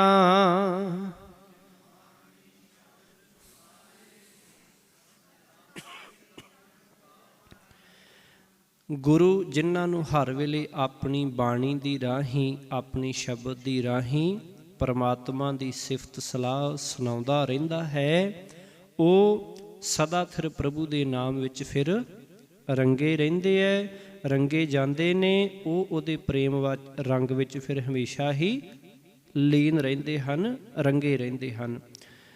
ਰਸਨਾ ਹਰ ਰਸ ਰਾਤੀ ਰੰਗ ਲਾਏ, ਮਨ ਤਨ ਮੋਹਿਆ ਸਹਿਜ ਸੁਭਾਏ। ਜਿਸ ਮਨੁੱਖ ਦੀ ਜੀਭ ਪੂਰੀ ਲਗਨ ਲਾ ਕੇ ਪਰਮਾਤਮਾ ਦੇ ਨਾਮ ਰਸ ਵਿੱਚ ਰੰਗੀ ਜਾਂਦੀ ਹੈ। ਰਸਨਾ ਹਰ ਰਸ ਰਾਤੀ ਰੰਗ ਲਾਏ, ਕਿ ਹਰ ਰਸ ਕਿ ਰਸ ਸਮੇਤ, ਕਿ ਜੇ ਜੀਭ ਤੋਂ ਉਚਾਰਨ ਕਰਨਾ ਹੈ ਨਾ, ਬਾਣੀ ਦਾ ਪਾਠ ਕਰਨਾ, ਉਹਦੇ ਵਿੱਚ ਰਸ ਹੋਣਾ ਜ਼ਰੂਰੀ ਹੈ। ਇਹ ਨਹੀਂ ਕਿ ਸਿਰਫ ਬੱਧਾ ਚੱਟੀ ਭਰੀ ਪੜ੍ਹਿਆ ਤੇ ਟਪਾ ਦਿੱਤਾ ਦਵਾ ਦਵਾ, ਕਿ ਜਪਜੀ ਸਾਹਿਬ ਤੇ 5 ਹੀ ਮਿੰਟ ਲਾਏ ਦਵਾ ਦਵਾ। ਉਹ ਰਸ ਨਹੀਂ ਹੈ, ਉਹ ਸਾਡਾ ਇੱਕ ਜਪ ਹੈ, ਉਹ ਅਸੀਂ ਇੱਕ ਕਰਮ ਪੂਰਾ ਕਰਦੇ ਹਾਂ। ਆਰਾਮ ਨਾਲ ਗਾ ਗਾ ਕੇ ਬਾਣੀ ਦਾ ਪਾਠ ਸਵੇਰੇ ਸ਼ਾਮ ਨੂੰ ਆਨੰਦ ਦੇ ਨਾਲ, ਕਿ ਬਾਣੀ ਇੰਝ ਘਰ ਕਰਦੀ ਜਾਏ ਜਿਵੇਂ ਕਿਸੇ ਸੁੱਕੀ ਥਾਂ ਦੇ ਉੱਤੇ ਪਾਣੀ ਪੈਂਦਾ ਹੋਵੇ, ਕਿ ਉਸੇ ਵੇਲੇ ਰਚਦੀ ਜਾਏ, ਵਿੱਚ ਬਰੀਕ ਬਰੀਕ ਬੂੰਦਾਂ ਪੈਂਦੀਆਂ ਨਾ ਮੀਂਹ ਦੀਆਂ, ਉਹ ਪਾਣੀ ਕਦੇ ਖਲੋਂਦਾ ਨਹੀਂ, ਵਿੱਚੇ ਰਚਦਾ ਜਾਂਦਾ ਧਰਤੀ ਦੀ। ਉਵੇਂ ਉਹ ਬੂੰਦਾਂ ਤਰ੍ਹਾਂ ਬਾਣੀ ਰਚਦੀ ਜਾਏ ਆਨੰਦ ਦੇ ਨਾਲ। ਮਨ ਤਨ ਮੋਹਿਆ ਸਹਿਜ ਸੁਭਾਏ, ਉਸ ਦਾ ਮਨ ਆਤਮਿਕ ਅਡੋਲਤਾ ਵਿੱਚ ਮਸਤ ਰਹਿੰਦਾ ਹੈ, ਉਸ ਦਾ ਸਰੀਰ ਪ੍ਰੇਮ ਰੰਗ ਵਿੱਚ ਫਿਰ ਮਗਨ ਰਹਿੰਦਾ ਹੈ। ਸਹਿਜੇ ਪ੍ਰੀਤਮ ਪਿਆਰਾ ਪਾਇਆ, ਸਹਿਜੇ ਸਹਿਜ ਮਿਲਾਵਣਿਆ।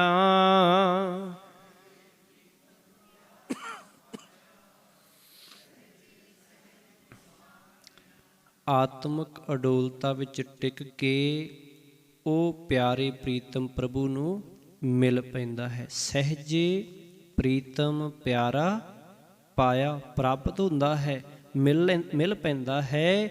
ਸਹਿਜੇ ਸਹਿਜ ਮਿਲਾਵਣਿਆ, ਉਹ ਸਦਾ ਆਤਮਿਕ ਅਡੋਲਤਾ ਵਿੱਚ ਹੀ ਫਿਰ ਮਿਲਿਆ ਰਹਿੰਦਾ ਹੈ, ਸਮਾਇਆ ਰਹਿੰਦਾ ਹੈ, ਲੀਨ ਰਹਿੰਦਾ ਹੈ।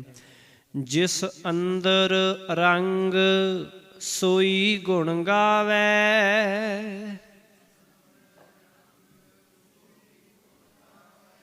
ਗੁਰ ਕੈ ਸ਼ਬਦ ਸਹਿਜੇ ਸੁਖ ਸਮਾਵੈ।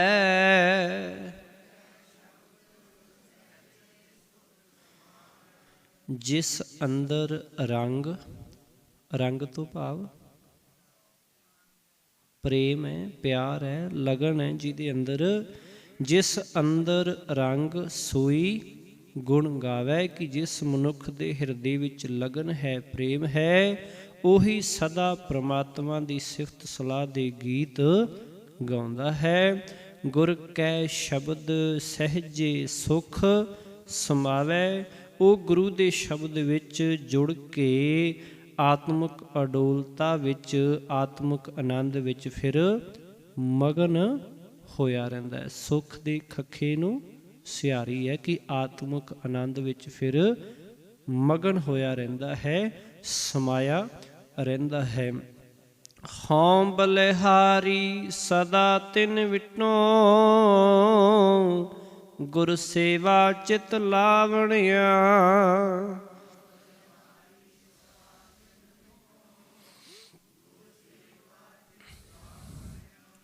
ਜਸਪਾਲ ਸਿੰਘ ਜੀ ਬੈਠੇ ਆ ਮਗਰਲੀ ਲਾਈਨ ਦੇ ਵਿੱਚ। ਵਿਟੋਂ ਦਾ ਕੀ ਅਰਥ ਹੈ ਜੀ?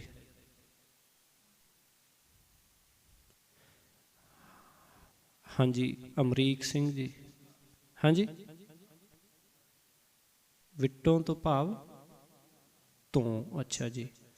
ਹਾਂਜੀ ਇੱਧਰੋਂ ਅੱਗੇ ਬੈਠੇ ਆ ਭਾਈ ਸਾਹਿਬ ਪੀਲੇ ਪਰਨੇ 'ਚ। ਹਾਂਜੀ ਵਿਟੋਂ ਦਾ ਅਰਥ ਕੀ ਹੈ ਜੀ?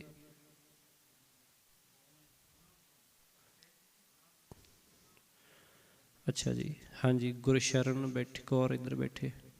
ਵਿਟੋਂ ਦਾ ਅਰਥ ਪੜ੍ਹ ਕੇ ਦੇਖੋ ਪੰਕਤੀ, ਵਿਟੋਂ ਦਾ ਕੀ ਅਰਥ ਹੈ? ਤੋਂ, ਅੱਛਾ ਜੀ, ਲਗਭਗ ਸਹਿਮਤ ਆ ਸਾਰੇ ਤੋਂ। ਹਾਂਜੀ ਬਿਲਕੁਲ, ਵਿਟੋਂ ਦਾ ਅਰਥ ਤੋਂ ਹੈ। ਵੇਖੋ ਕਿ ਤਿੰਨ ਇੰਨੇ ਵੱਡੇ ਸ਼ਬਦ ਦਾ ਅਰਥ ਕਿੰਨਾ ਨਿੱਕਾ ਜਿਹਾ ਬਣਾ ਕੇ ਦਿੱਤਾ ਸਤਿਗੁਰੂ ਜੀ ਨੇ। ਤੋਂ ਨਹੀਂ ਪਾਇਆ, ਵਿਟੋਂ, ਤਿੰਨ ਵਿਟੋਂ ਭਾਵ ਤੋਂ। ਬਹੁਤੀ ਵਾਰ ਵਿਟੋਂ ਦਾ ਅਰਥ ਗੁਰਬਾਣੀ ਦੇ ਵਿੱਚ ਤੋਂ ਹੀ ਹੋਵੇਗਾ। ਪਾਤਸ਼ਾਹ ਜੀ ਰਹਿਮਤ ਕਰ ਰਹੇ ਹਨ, ਹਉ ਬਲਿਹਾਰੀ ਸਦਾ ਤਿੰਨ ਵਿਟੋਂ, ਕਿ ਮੈਂ ਸਦਾ ਉਹਨਾਂ ਮਨੁੱਖਾਂ ਬੰਦਿਆਂ ਤੋਂ ਸਦਕੇ ਜਾਂਦਾ ਹਾਂ, ਗੁਰ ਸੇਵਾ ਚਿੱਤ ਲਾਵਨਿਆ, ਜਿਨ੍ਹਾਂ ਨੇ ਗੁਰੂ ਦੀ ਦੱਸੀ ਕਾਰ ਸੇਵਾ ਵਿੱਚ ਆਪਣਾ ਚਿੱਤ ਲਾਇਆ ਹੋਇਆ ਹੈ, ਜੋੜਿਆ ਹੋਇਆ ਹੈ। ਸੱਚਾ ਸਚੋ ਸੱਚ ਪਤੀਜੈ,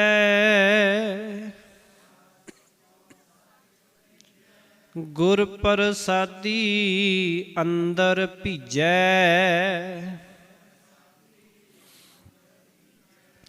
ਹੁਣ ਸਤਿਗੁਰੂ ਪਾਤਸ਼ਾਹ ਸੱਚਾ ਸੱਚੋ ਸੱਚ ਭਤੀਜੈ, ਕਿ ਜਿਨ੍ਹਾਂ ਦਾ ਮਨ ਸਦਾ ਥਿਰ ਪ੍ਰਭੂ ਦਾ ਨਾਮ ਸਿਮਰ ਕੇ ਸੱਚਾ ਸਦਾ ਥਿਰ ਪ੍ਰਭੂ ਦੀ ਯਾਦ ਵਿੱਚ ਫਿਰ ਭਤੀਜਿਆ ਰਹਿੰਦਾ, ਭਾਵ ਗਿੱਝਿਆ ਰਹਿੰਦਾ ਹੈ। ਗੁਰ ਪ੍ਰਸਾਦੀ ਅੰਦਰ ਭਿਜੈ। ਅੰਦਰ ਦਾ ਅਰਥ ਕੀ ਹੈ ਜੀ? ਪਿੱਛੇ ਤਾਂ ਆਪਾਂ ਹੁਣੇ ਅਰਥ ਸੰਬੰਧਕੀ ਰੂਪ 'ਚ ਕਰਕੇ ਆਏ ਹਾਂ ਕਿ ਅੰਦਰ ਅੰਦਰ ਵਾਸਤੇ ਹੁੰਦਾ, ਅੰਤਰ ਵਾਸਤੇ ਹੁੰਦਾ। ਇੱਥੇ ਕਿਵੇਂ ਹਿਰਦਾ ਹੋ ਸਕਦਾ? ਕੀ ਕਾਰਨ ਹੈ? ਹਾਂਜੀ, ਸਾਹਮਣੀ ਲਾਈਨ ਦੇ ਵਿੱਚੋਂ ਕਿਰਪਾਲ ਸਿੰਘ ਜੀ ਬੈਠੇ ਹੈ। ਕੱਲ੍ਹ ਵੀ ਸ਼ਬਦ ਆਇਆ ਸੀ ਜੀ, ਐੜੇ ਨੂੰ ਟਿੱਪੀ ਦੱਦਾ ਰਾਰੇ ਨੂੰ ਔਂਕੜ। ਹਾਂਜੀ,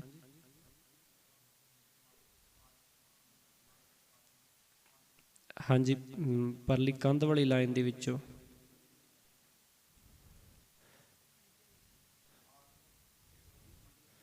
ਦੇਖ ਲਓ ਜੀ। ਮੈਨੂੰ ਤਾਂ ਆਪ ਨਹੀਂ ਪਤਾ, ਮੈਂ ਤਾਂ ਆਪ ਤੁਹਾਨੂੰ ਪੁੱਛ ਰਿਹਾ ਹੁਣ ਕਿ ਪਹਿਲਾਂ ਸਿਹਾਰੀ ਨਾਲ ਆਇਆ ਐੜੇ ਨੂੰ ਟਿੱਪੀ ਦੱਦਾ ਰਾਰੇ ਨੂੰ ਸਿਹਾਰੀ, ਹੁਣ ਆਇਆ ਐੜੇ ਨੂੰ ਟਿੱਪੀ ਦੱਦਾ ਰਾਰੇ ਨੂੰ ਔਂਕੜ। ਕੀ ਫਰਕ ਹੈ ਦੋਵਾਂ ਦੇ ਵਿੱਚ? ਹਾਂਜੀ, ਪਿਛਲੇ ਪਾਸੇ ਬੀਬੀਆਂ ਬੈਠੀਆਂ ਲਾਸਟ 'ਤੇ। ਅੰਦਰ ਦਾ ਅਰਥ ਜੀ? ਹਾਂਜੀ, ਗੁਰਸ਼ਰਨ ਕੌਰ ਤੁਸੀਂ ਸਿਮਰ ਬੈਠੇ। ਤੁਸੀਂ ਕੱਲ ਆਪਾਂ ਕੀਤਾ ਅਰਥ ਚੰਗੀ ਤਰ੍ਹਾਂ ਸਮਝਾਇਆ ਆਪਾਂ ਕੱਲ, ਐਡੀ ਛੇਤੀ ਨਾ ਭੁੱਲਿਆ ਕਰੋ। ਹਾਂਜੀ, ਪਿਛਲੀ ਲਾਈਨ 'ਚੋਂ। ਹਾਂਜੀ,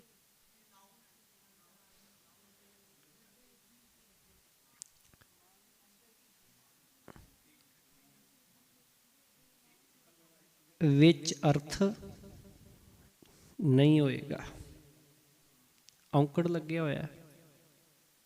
ਇਹ ਨਾਊਨ ਹੈ, ਭਾਵ ਹਿਰਦਾ।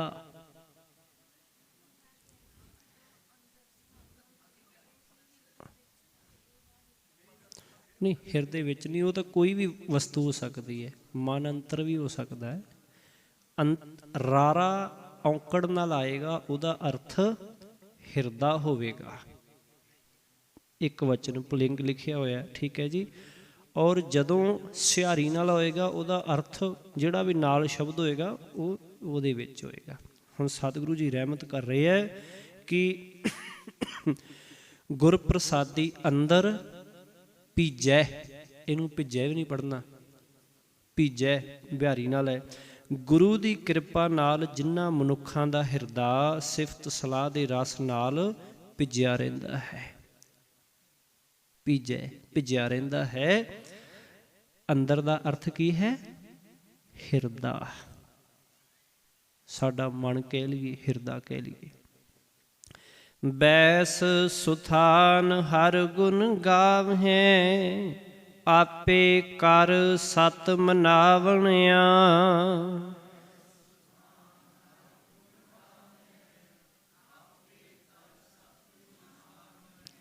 ਹਾਂਜੀ, ਸੁਥਾਨ ਦਾ ਅਰਥ ਕੀ ਹੈ?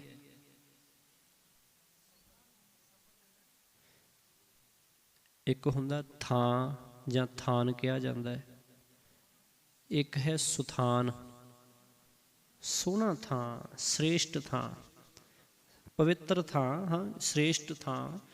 ਇੱਥੇ ਨੰਨੇ ਨੂੰ ਸਿਹਾਰੀ ਵੀ ਲੱਗੀ ਹੋਈ ਹੈ। ਹਾਂਜੀ, ਵਿੱਚ, ਸ੍ਰੇਸ਼ਟ ਥਾਂ ਵਿੱਚ। ਬੈਸ ਤੋਂ ਭਾਵ ਬੈਠ ਕੇ, ਸਿਹਾਰੀ ਇੱਥੇ ਵੀ ਸੱਸੇ ਨੂੰ, ਬੈਠ ਕੇ, ਟਿਕ ਕੇ। ਪਿਛਲੀ ਪੰਕਤੀ ਦੇ ਨਾਲ ਅਰਥ ਹੋਣਗੇ ਕਿ ਜਿਨ੍ਹਾਂ ਦਾ ਹਿਰਦਾ ਫਿਰ ਭਿੱਜ ਜਾਂਦਾ ਹੈ, ਭਿੱਜਿਆ ਰਹਿੰਦਾ ਹੈ ਮਾਲਕ ਦੇ ਨਾਮ ਨਾਲ, ਉਹ ਸ੍ਰੇਸ਼ਟ ਅੰਤਰ ਆਤਮੇ ਵਿੱਚ ਟਿਕ ਕੇ ਪ੍ਰਮਾਤਮਾ ਦੇ ਗੁਣ ਫਿਰ ਗਾਉਂਦੇ ਰਹਿੰਦੇ ਹਨ।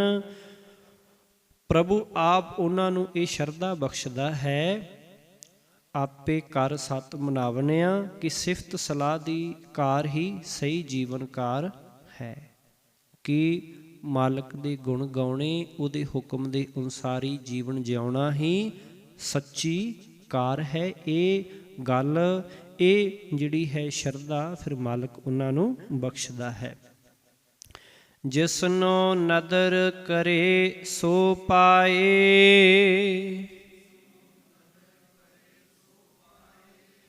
ਗੁਰ ਪ੍ਰਸਾਦੀ ਹਉਮੈ ਜਾਏ।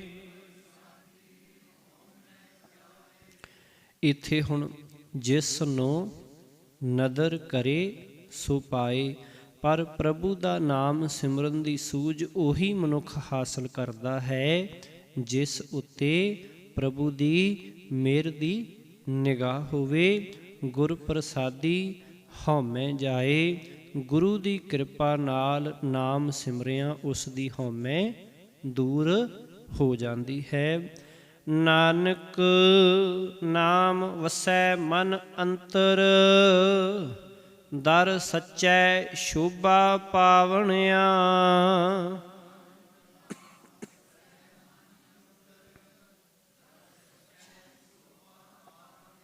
ਹੇ ਨਾਨਕ, ਉਸ ਮਨੁੱਖ ਦੇ ਮਨ ਵਿੱਚ ਪ੍ਰਭੂ ਦਾ ਨਾਮ ਵਸ ਪੈਂਦਾ ਹੈ। ਨਾਮ ਵਸੈ ਮਨ ਅੰਤਰ, ਅੰਤਰ ਤੋਂ ਭਾਵ ਵਿੱਚ, ਮਨ ਵਿੱਚ, ਕਿ ਮਨ ਵਿੱਚ ਵਸ ਪੈਂਦਾ ਹੈ। ਦਰ ਸੱਚੈ ਸ਼ੋਭਾ ਪਾਵਣਿਆ, ਸਦਾ ਸਥਿਰ ਰਹਿਣ ਵਾਲੇ ਪ੍ਰਮਾਤਮਾ ਦੇ ਦਰ 'ਤੇ ਉਸ ਨੂੰ ਸ਼ੋਭਾ ਫਿਰ ਮਿਲਦੀ ਹੈ, ਪ੍ਰਾਪਤ ਹੁੰਦੀ ਹੈ। ਹਾਂਜੀ, ਇੱਧਰੋਂ ਡਾਕਟਰ ਸਿਮਰਨ ਬੈਠੇ ਹੈ, ਮਗਰ ਅੰਕ ਲਿਖੇ ਹੋਏ ਆ 3। ਇਹ ਗਿਣਤੀ ਦੱਸੋ ਕਾਹਦੀ ਕਾਹਦੀ ਹੈ?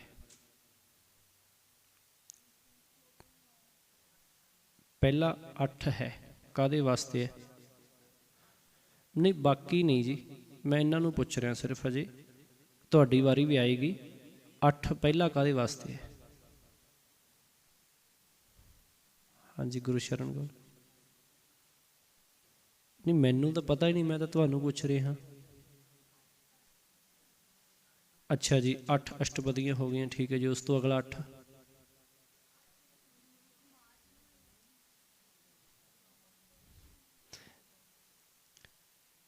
ਹਾਂਜੀ, ਇੱਧਰੋਂ ਜੀ ਤੁਸੀਂ ਨਹੀਂ ਪਤਾ? ਕੋਈ ਨਹੀਂ, ਕੋਈ ਗੱਲ ਨਹੀਂ। ਹਾਂਜੀ, ਤੁਸੀਂ ਦੱਸੋ ਜੀ ਅੰਕ ਜਿਹੜੇ ਲਿਖੇ ਹੋਏ ਆ। ਹਾਂਜੀ, ਸੈਕੰਡ। ਹਾਂਜੀ, ਪਹਿਲਾ 8 ਕਾਹਦੇ ਵਾਸਤੇ ਹੈ? ਇਹਦੇ 8 ਪਦੇ ਹੋ ਗਏ ਇਸ ਅਸ਼ਟਪਦੀ ਦੇ। ਫਿਰ ਅਗਲਾ 8 ਗੁਰੂ ਅਮਰਦਾਸ ਜੀ ਦੀਆਂ 8 ਅਸ਼ਟਪਦੀਆਂ ਹੋ ਗਈਆਂ, ਮਗਰ 9 ਲਿਖਿਆ। ਟੋਟਲ ਅਸ਼ਟਪਦੀਆਂ 9 ਹੋ ਗਈਆਂ। ਇਹ 3 ਅੰਕ ਨੇ, ਖਿਆਲ ਰੱਖਣੇ ਆ ਸਾਰਿਆਂ। ਆਪਾਂ ਥੋੜ੍ਹੇ ਦਿਨ ਨਹੀਂ ਪੁੱਛਿਆ ਤੇ ਆਪਾਂ ਸਾਰੇ ਭੁੱਲ ਗਏ ਨਾ। ਕਹਿੰਦਾ ਭਾਵ ਕਿ ਸਾਰਿਆਂ ਨੇ, ਮੈਨੂੰ ਪਤਾ ਸੀ ਕਿਹਨਾਂ ਕਿਹਨਾਂ ਨੂੰ ਨਹੀਂ ਪਤਾ, ਠੀਕ ਹੈ ਜੀ। ਹਾਂਜੀ, ਤਾਂ ਹੀ ਆਪਾਂ ਪੁੱਛਿਆ ਸੀ ਵੀ ਹੌਲੀ ਹੌਲੀ ਆਪਣੇ ਆਪ ਸਮਝ ਆ ਜਾਏਗੀ। ਠੀਕ ਹੈ ਜੀ। ਹੋਈਆਂ ਭੁੱਲਾਂ ਦੀ ਖਿਮਾ। ਵਾਹਿਗੁਰੂ ਜੀ ਕਾ ਖਾਲਸਾ, ਵਾਹਿਗੁਰੂ ਜੀ ਕੀ ਫਤਿਹ।